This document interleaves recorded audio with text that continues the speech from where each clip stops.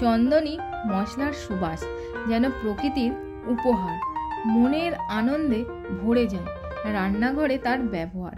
ছোট্ট এই গাছ যেন সুগন্ধের ভাণ্ডার, পাতা ফুল ফলে ভরে ওঠে চারিধার।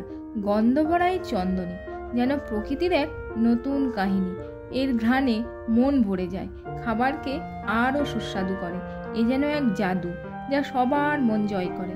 ছোট্ট চন্দনী গাছ যেন এক সুন্দরী দ্বীপ, এর ছোঁয়ায় ভরে ওঠে জীবনের প্রতিটা ধাপ। নমস্কার, আমি চন্দ্রানী। কেমন আছেন সবাই?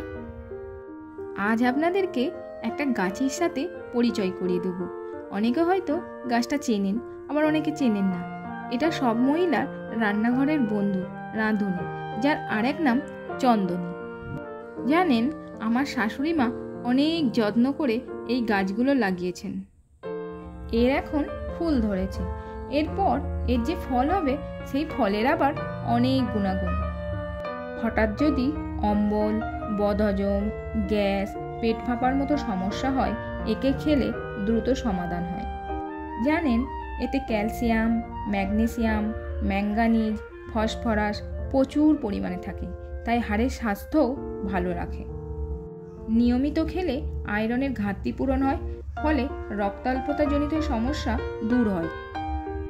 আবার উচ্চ রক্তচাপ নিয়ন্ত্রণেও সাহায্য করে।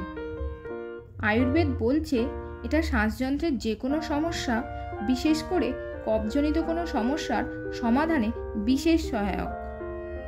তাই রাঁধুনি আমরা প্রতিদিন খাই, আপনারা পারলে খেতে পারেন।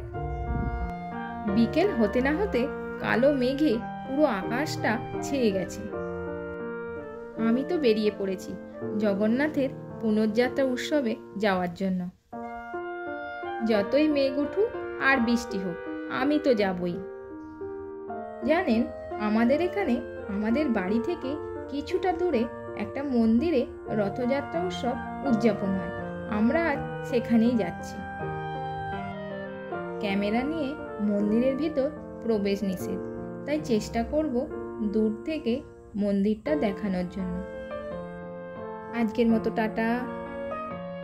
ভিডিওটা যদি ভালো লাগে তাহলে একটা লাইক ও চ্যানেলটা সাবস্ক্রাইব করে আমাদের পাশে থাকবেন। সবাই ভালো থাকবেন, সুস্থ থাকবেন। দেখা হচ্ছে পরের ভিডিওতে।